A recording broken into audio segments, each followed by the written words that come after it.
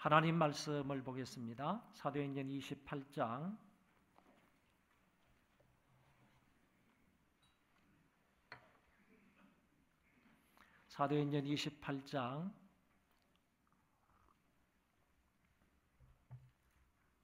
1절부터 31절인데 제가 16절 이하의 말씀을 봉독하겠습니다.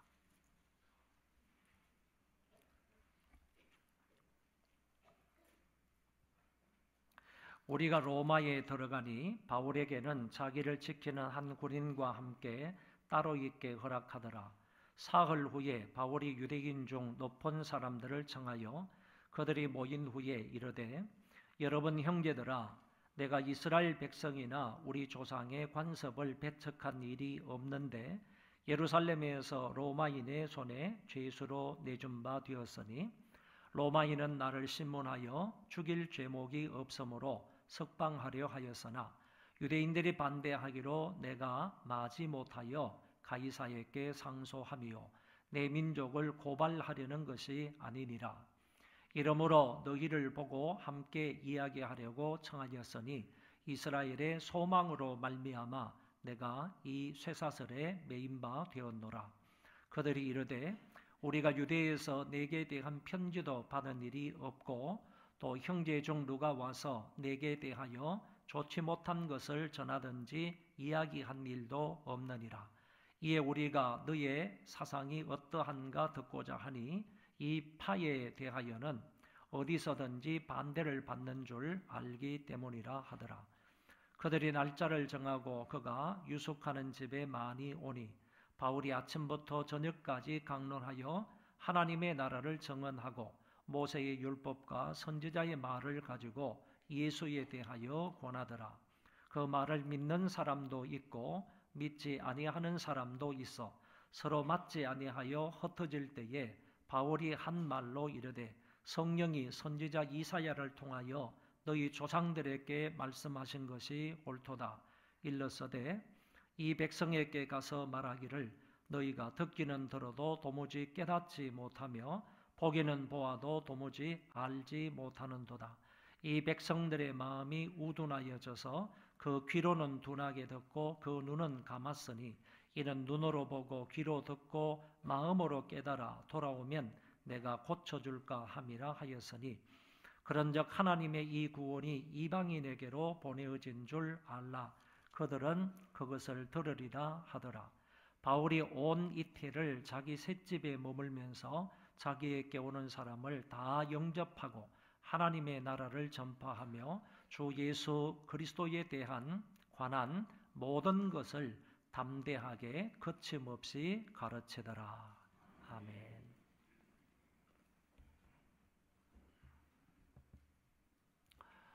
바울 일행은 그레데 미항에서 같은 섬의 베닉스에서 과동을 하려고 출발을 했지만 그만 유라굴로 광풍을 만나서 14일 동안 바다에漂流하게 됩니다. 목적지를 향해 가고자 발버둥을 쳐봤지만 오랫동안 해와 별을 보지 못하면서 어디로 가는지도 모르고 바람 부는 대로 떠내려 갔습니다. 그리고 배가 파선되면서 가까스로 육지에 도착을 했는데 276명 중에 한 사람도 상하지 않고 무사히 육지에 이르게 되었습니다. 그들이 무사히 도착한 곳이 멜리데 섬이라고 했는데 이 섬은 로마 남쪽에 위치해 있습니다. 그리고 이 멜리데라는 이름의 뜻은 피난처라는 뜻입니다. 말 그대로 바울과 그 일행의 피난처가 되었던 것입니다. 그런데 그레데 항구에서 이곳까지는 적어도 880km가 넘는다고 말한 바가 있습니다. 바람의 방향이 정확히 맞아서 배가 바람에 밀려 로마에 가까운 이곳까지 왔다는 것입니다. 이것도 하나님의 섭리와 경륜이 아닐 수가 없습니다. 만약 바람의 방향이 서쪽으로 불지 않고 지중해의 남쪽으로 불었다면 아마도 로마하고 먼 아프리카 북부에 도달하고 말았을 것입니다. 그렇게 되면 로마에 가서 복음을 전해야 하는 바울의 사역에 큰 차질을 빚게 될 것입니다. 그런데 하나님이 광풍 속에서도 그 뱃머리를 로마 쪽으로 향하게 하셨습니다. 하나님이 바람으로 사역자를 삼으셔서 이 배를 로마에 가까운 멜리데 섬에 도착하게 하신 것입니다. 다른 사람들은 다 기진맥진한 상태의 배 안에 있었지만 하나님은 그 배의 키를 잡고 로마 방향으로 향하게 하셨습니다. 아무튼 유라굴로 광풍 속에서도 한 사람도 상하지 않고 이곳까지 오게 된 것과 다른 곳이 아닌 로마 가까이로 오게 된 것은 하나님의 은혜임에 틀림이 없습니다. 그들이 무사히 섬에 도착했을 때 겨울이 다가왔기 때문에 비가 오고 날이 추웠다고 2절에는 말씀하고 있습니다. 비가 오고 추우니까 원주민들이 이 사람들을 불쌍히 여겨서 모닥불을 피워 주었습니다. 바울은 감사한 마음으로 불을 쪼이며 자기도 나무 한 단을 불 속에 집어넣게 되었습니다. 그런데 그 나무 단 속에 독사가 있어서 뜨거우니까 튀어나와 바울의 손을 물었던 것입니다. 뱀이 바울의 손에 매달려 있을 정도로 그 뱀이 바울의 손을 꽉 물었다라고 말할 수 있습니다. 이 광경을 지켜본 원주민들이 이렇게 말합니다. 이 사람은 살인한 자로다. 바다에서는 구조를 받았으나 공의가 그를 살지 못하게 함이로다. 그랬습니다. 바울을 살인자로 몰아붙였습니다. 그러나 바울은 사람을 죽인 자가 아니라 오히려 사람을 살리는 자였습니다. 바다에서는 구원을 받았는지 모르지만 공의가 그를 살지 못하게 한다고 말했습니다. 여기에 재미있는 단어 한 가지가 나오는데 그 단어가 바로 공의라는 단어입니다. 이 공의라는 단어를 헬라어에서는 디케라고 합니다. 킹 제임스 버전이라는 영어 성경에서는 이 디케라는 이 단어를 복수라는 단어로 번역을 했습니다. 의외이지 않습니까? 이 디케, 공의라는 이 말을 복수라는 단어로 번역을 했다는 것입니다. 이는 복수의 여신 헤디케라는 여신과 연관이 있는 것으로 보여집니다. 무슨 말인가 하면 저 사람이 바다에서는 건짐을 받았는지 모르나 복수의 여신 헤디케가 살인에 대해 복수를 함으로 그를 살지 못하게 할 것이다 라는 말입니다. 뱀독이 퍼져서 결국에 저 사람은 헤디케의 여신, 다시 말해서 복수의 여신으로 말미암아 독이 퍼져서 죽고 말 것이다 이렇게 얘기한 것입니다. 그러나 바울은 그 짐승을 불에 떨어뜨려 버림으로 조금도 상함이 없는 사람이 되었습니다. 원주민들은 바울이 쓰러져 죽을 줄로 생각을 했으나 아무 이상이 없이 그냥 여전하니까 말하기를 야, 저 사람은 신이다 이렇게 말을 했습니다. 조금 전에는 살인자라고 말하다가 이제는 그 사람이 신이다 이렇게 말한 것입니다. 마치 1차 전도 여행 때 루스드라에 갔을 때 사람들이 바울을 잡아서 헤르메스 신이다 라고 말했던 것처럼 여기에서도 사람들은 신이다 라고 말한 것입니다. 아무튼 지금까지 여러 가지 어려움 속에서도 함께 하시고 바울 일행과 바울을 지키셨던 하나님께서 독사의 독으로부터도 해받지 않도록 그를 지켜주셨습니다. 이 멜리데 섬의 추장은 보볼리오라는 사람인데 그는 바울 일행을 잘 영접해서 3일 동안이나 그들을 친절하게 대접을 했습니다. 그러다가 이 보볼리오의 아버지인 이 사람이 열병과 이질에 걸려서 누워 있었는데 바울이 그 사람을 위해서 기도하고 안수기도회 줌으로 인하여서 보볼리오의 부친이 열병과 이질에서 깨끗이 낫게 되었습니다. 이 열병과 이질은 염소의 우유 속에 있는 미생물에 의해서 감염되는 그런 병이라고 알려져 있습니다. 당시로는 열병과 이질에 걸리게 되면 길게는 2년 동안 고생을 한다고 했고 더 나아가서 이 병 때문에 죽는 사람도 있었다고 합니다.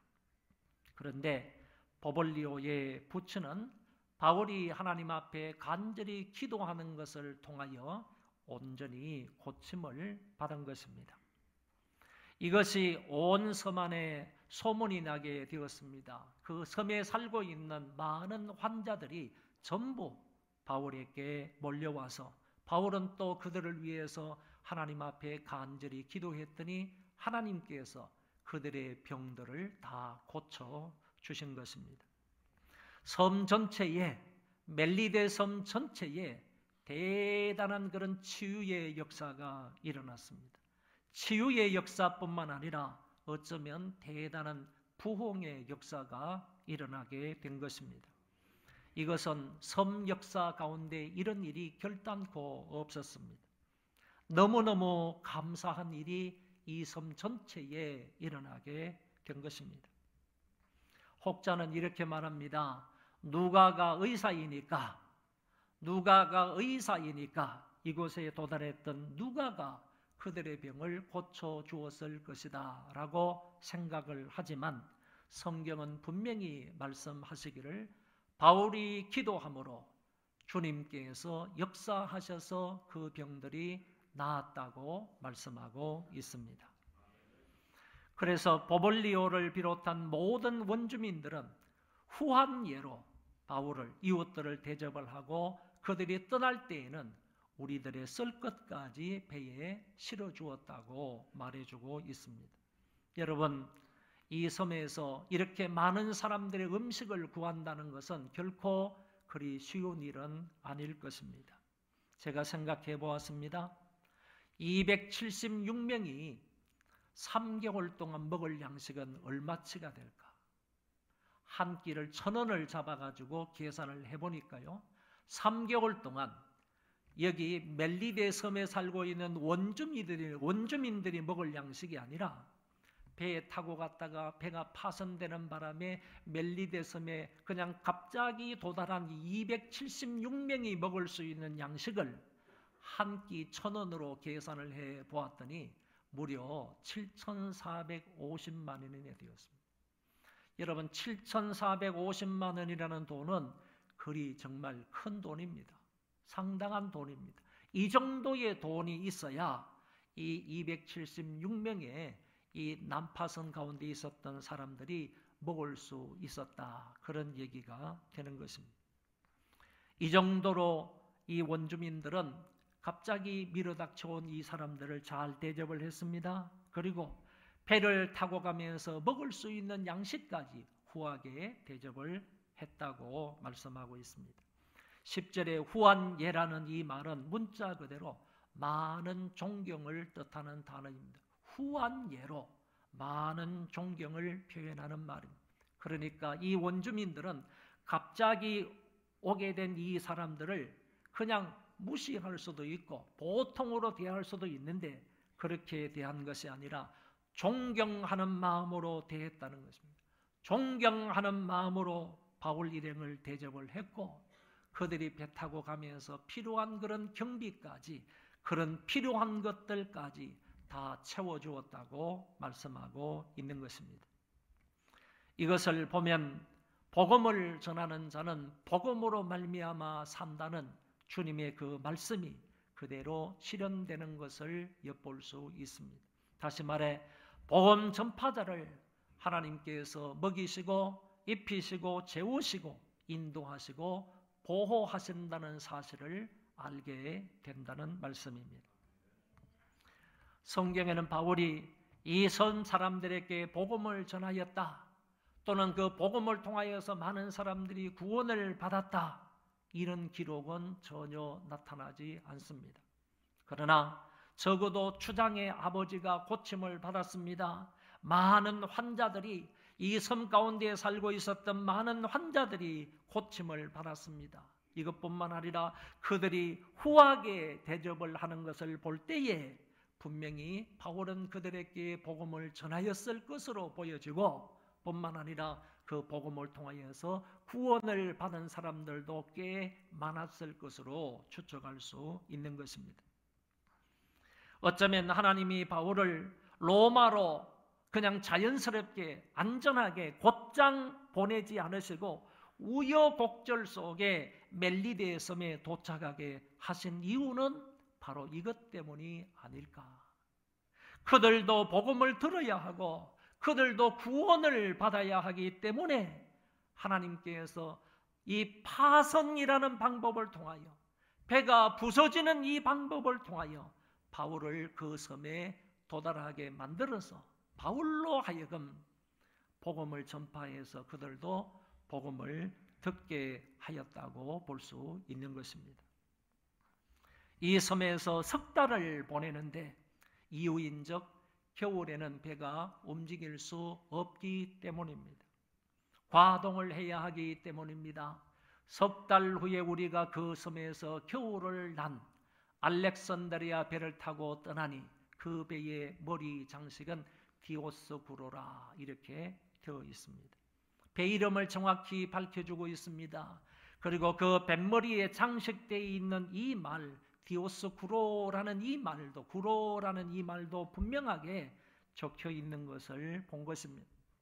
디오스구로라 하는 이 말의 뜻은 제우스의 쌍둥이 아들이다, 그런 뜻입니다. 제우스에게는 두 아들이 있었는데 첫째 아들이 바로 카스토로라는 그런 아들이고 두 번째 아들은 폴룩스라는 그런 아들입니다. 이 카스토로라는 이 아들은 무엇을 주관하는 신인가 하면은 기병대의 전투를 주관하는 그런 신입니다.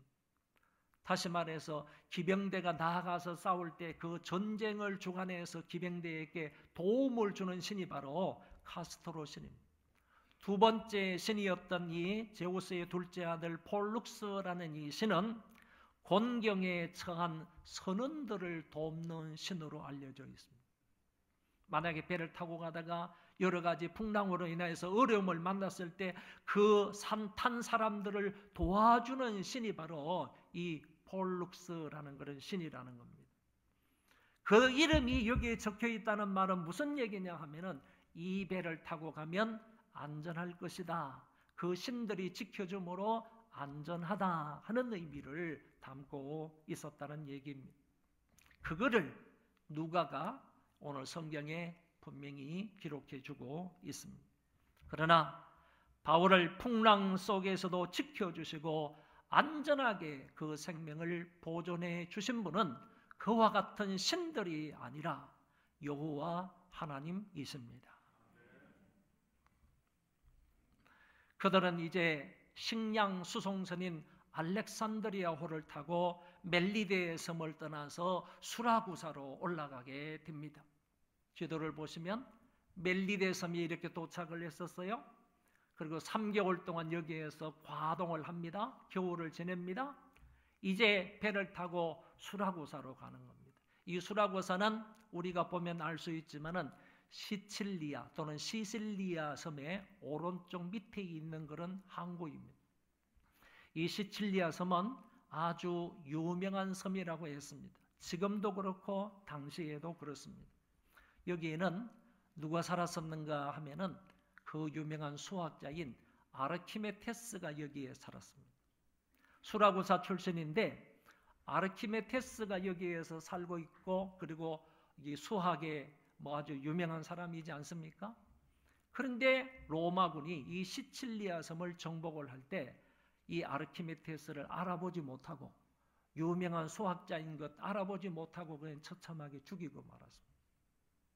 그래서 아르키메테스가 자기가 태어난 이곳에서 수학의 그 어떤 재능 이런 것들을 다 모든 것을 다 발휘하지 못하고 로마군에 의해서 처참하게 죽고 말았습니다.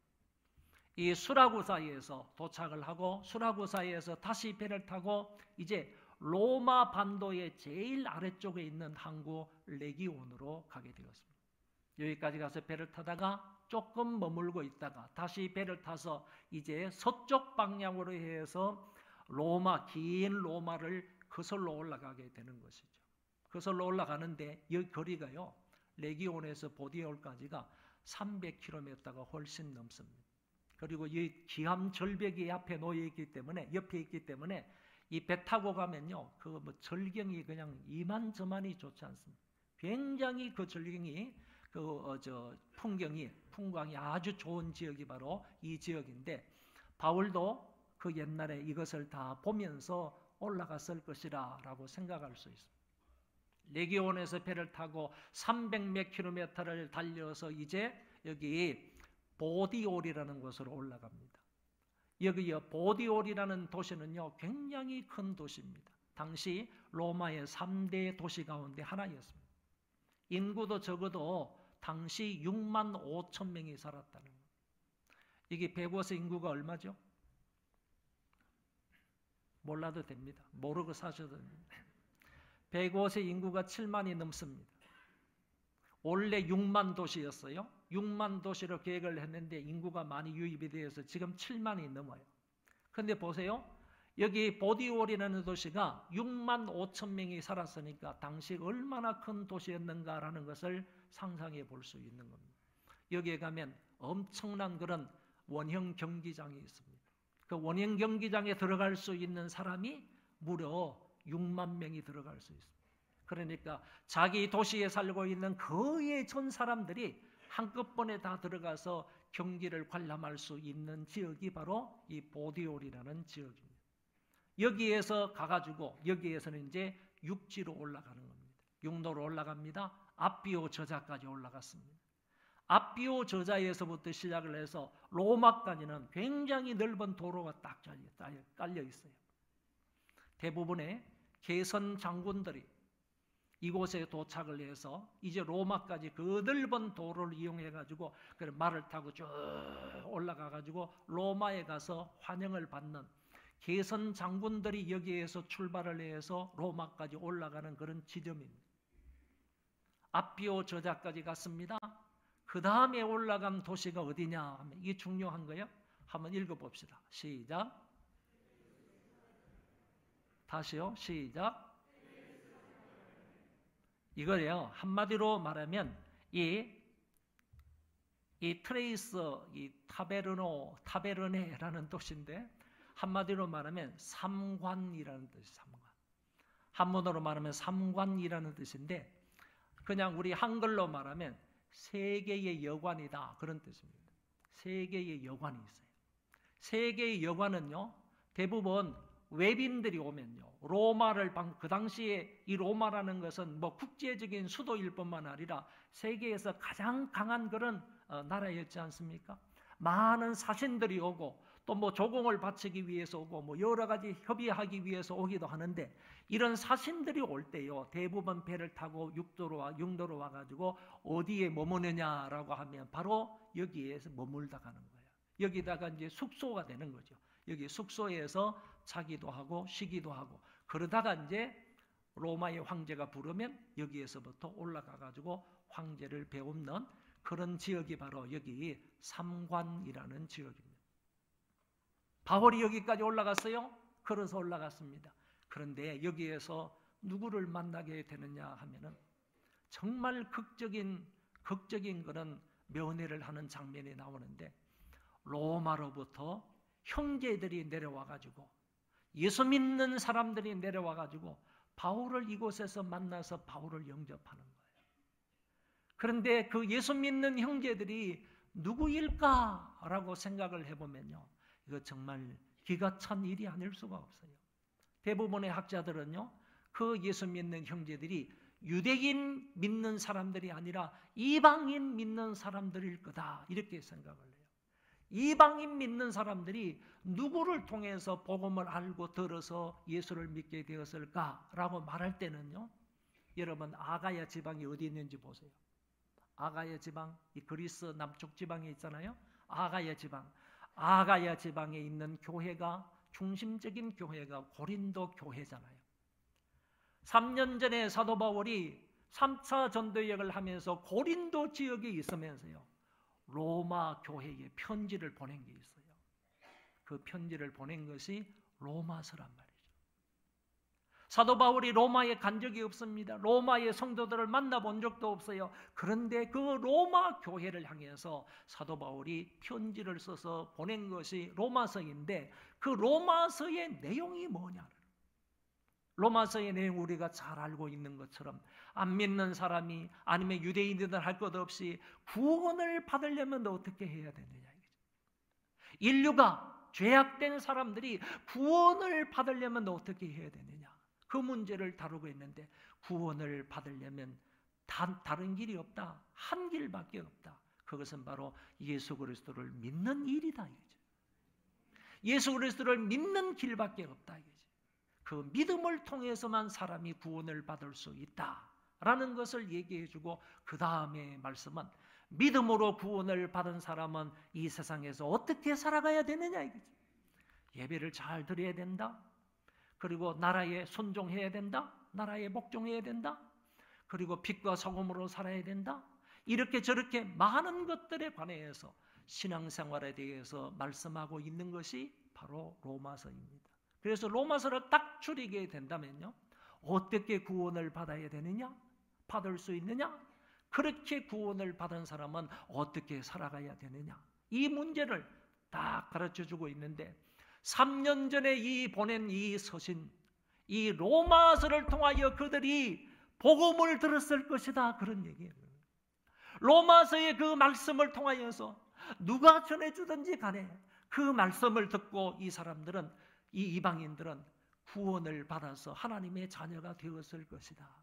어쩌면 그 사람들이 지금 바울이 온다고 하니까, 이 편지의 저자인 바울이 이곳에 도착하려고 이어서 온다고 하니까 그 이방인 그리스도인들이 내려와가지고 바울을 기쁨으로 영접해 주었을 것이다.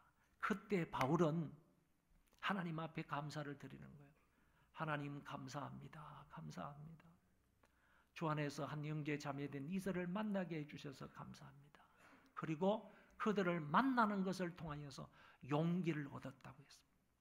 하나님 앞에 감사를 드렸을 뿐만 아니라 그들은 용기를 얻었다라고 성경은 말하고 있습니다. 그리고 난 후에 바울이 이제 로마에 도착을 했어요.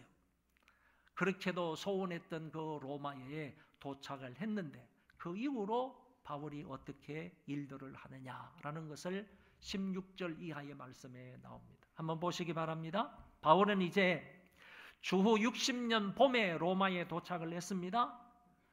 온 이틀을 있었다라고 말씀하고 있기 때문에 적어도 62년까지 바울은 이 로마 감옥에 갇혀 있었다 하는 것을 오늘 성경을 통하여서 알 수가 있습니다. 바울은 그곳에 도착을 해서 며칠 동안 쉽니다. 그러고 나서 그곳에 유대인 중에 높은 사람들을 초청해서 자신에 대하여서 설명을 3가지로 합니다. 자기 자신에 대해서, 로마에 살고 있는 모든 유대인들입니다. 유대인들 가운데에서 높은 사람들을 자기 집으로 초청을 해서, 이때 자기 집은 지금 수감이 되어 있는 감옥을 말하는 거예요. 그걸 색집이라고 그랬어요, 바울은. 그러니까 바울은 지금 로마 감옥에 있었다는 것은 뭐 쇠창살이 있는 그런 감옥을 말하는 것이 아니라 자택연금을 당하고 있는 거죠. 자택연금을 당하고 있는 거예요. 조금은 자유로운 그런 몸으로 그 속에 있으면서 자기 집으로 유대인들 가운데에서 높은 사람들을 초청해서 자기에 관하여서 그들에게 설명을 한 것입니다. 3가지로 설명을 했습니다. 먼저는 나는 우리 조상의 관습을 배척한 일이 없다. 두 번째는 로마 사람들이 나를 신문을 했으나 죄목을 찾지 못하였다. 세 번째, 유대인들이 계속해서 반대하였기 때문에 나는 할 수 없이 가이사에게 상소하여 이곳까지 오게 되었다 하는 점을 얘기를 했습니다. 그러면서 자기는 이스라엘의 소망 때문에 쇠사슬에 매인 바가 되었다, 이렇게 얘기합니다. 이스라엘의 소망이 뭘까요? 이스라엘 사람들이 지금 간절히 소망하고 자기의 조상 때도 그 이상의 조상들도요 간절히 소망하고 있었던 그 소망이 무엇입니까? 그거는 바로 메시아 대망 사상입니다. 메시아를 기다리고 있는 거예요. 메시아 대망 사상이에요. 성경에 의하면 이스라엘 백성들은요, 히브리 민족은 애굽 때부터 고난을 받기 시작했고 애굽 나라에서 고통과 그런 슬픔을 당하여 애굽 때부터 시작을 해서요, 아수르나 바벨론이나 페르시아나 그리스나 로마 시대까지 가면서요, 지금은 로마 시대입니다. 애굽 시대 때부터 시작을 해가지고 이렇게 시대마다 거치면서 그리스 그리고 로마 시대까지 오면서 우리는 열국의 압박 속에서 살았다. 그 열국의 압박 속에서 살았는데 하나님께서는 그 시대마다 선지자들을 통하여서 내가 너희들에게 메시아를 보내주겠다. 메시아를 보내주겠다. 메시아가 오시면 너희들을 그와 같은 억압 속에서 해방시켜 줄 것이다. 자유를 줄 것이다. 이렇게 하나님이 말씀을 하시니까 이 사람들의 소망이 뭐냐 하면은 그때마다 메시아를 소망하며 기다리는 거죠. 애굽 시대도 마찬가지였을 거예요. 그리고 그 이후 시대 아수르도 마찬가지고 바벨론 시대도 마찬가지고요. 페르시아 대도 마찬가지고 그리스 로마 시대도 마찬가지예요. 자기들이 열국의 압박 속에서 살아가니까 그 압박 속에서 살면서도 한 가지 소망이 뭐냐면 메시아가 오시면 우리를 해방시켜 주실 건데, 메시아가 오시면 우리에게 자유를 줄 것인데, 그 메시아 대망 사상으로 살아갔다, 그 말입니다. 이스라엘의 소망은 메시아 대망하는 것이었습니다. 그것 때문에 메시아 때문에 내가 지금 쇠사슬에 묶여서 이곳까지 오게 되었다 하는 것을 말씀하고 있는 것입니다. 온 이태를 이곳에 머물면서 사도 바울이 이제 복음을 전하게 됩니다. 사도 바울이 복음을 전하는 것은 아침부터 저녁까지요, 하나님 나라에 관한 것이고, 더 나아가서 구약 성경을 근거로 해서 예수 그리스도를 전했다고 말합니다. 여러분, 그 이후에 많은 유대인들이 사도 바울 집에 찾아왔어요. 바울이 머물고 있는 집에 찾아왔어요. 그 집에 찾아왔을 때 바울이 그들에게 말한 것은 예수님께서 강조하셨던 하나님 나라를 가르쳤고, 더 나아가서요, 구약 성경을 근거로 해서 예수 그리스도를 전했다는 겁니다. 여러분, 하나님 나라의 주인은 예수 그리스도입니다. 그러니까 하나님 나라를 전파함과 동시에 구약 성경에 나타나 있는, 다시 말해서 모세의 율법이나 선지서의 글들이나 그 다음에 그 시가서의 말씀이나 이런 것들을 근거로 해서 예수 그리스도를 전했다. 이 말은 하나님 나라의 주인 되시고 하나님 나라를 이 땅에 가져오신 분 메시아 예수 그리스도를 성경을 통해서 전파하였다, 이런 얘기가 되는 것입니다.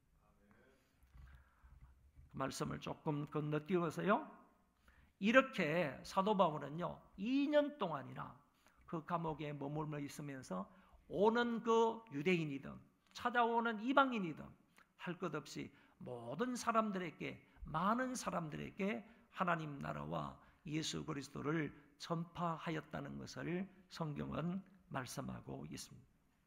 마지막 두 구절을 한번 읽고 마치겠습니다. 마지막 두 구절을 한번 보시면요, 이렇게 되어 있어요. 같이 읽어볼까요? 바울이 온 이태를 자기 셋집에 머물면서 자기에게 오는 사람이 다 영접하고 하나님의 나라를 전파하는 주 예수 그리스도에 관한 모든 것을 담대하게 거침없이 가르치더라 그랬습니다. 이렇게 해서 누가가 쓴 사도행전이 끝이 나게 됩니다. 우리가 초창기에, 그러니까 24년 초에 이 사도행전 1장 1절부터 매주일마다 이제 말씀을 살펴보고 왔는데, 오늘 28장 마지막 부분까지 오늘은 조금 이제 대략적으로 좀 지나갔어요. 어쨌든 마지막 구절까지 우리가 딱 맞추어서 오늘 이 시간까지 설교를 했습니다. 여러분, 많은 도전과 은혜가 되기를 바라고요. 마음속 깊이 여러분들이 오늘 사도행전이 주는 그 메시지를 마음속 깊이 잘 새기시고 이 말씀대로 살아갈 수 있는 우리 모두가 되었으면 좋겠습니다. 우리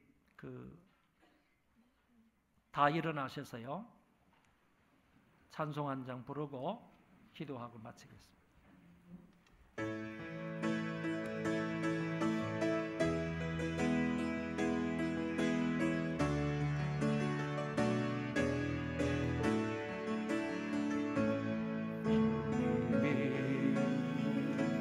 주신 마음으로 한 걸음씩 나아갈 때 주만의 적들과 경고 한 송이 나를 두렵게 하지만 주님을 신뢰함으로 주님을 의지함으로 주님이 주시는 담대함으로 큰 소리 외치며 나아가네. 이 산지를 내게 주소서. 그날에 주께서 말씀하신 이제 내가 주님의 이름으로 그 땅을 취하리니 이 산지를 내게 주소서. 그날에 주께서 말씀하신 이제 내가 주님의 이름으로 그 땅을 취하리니.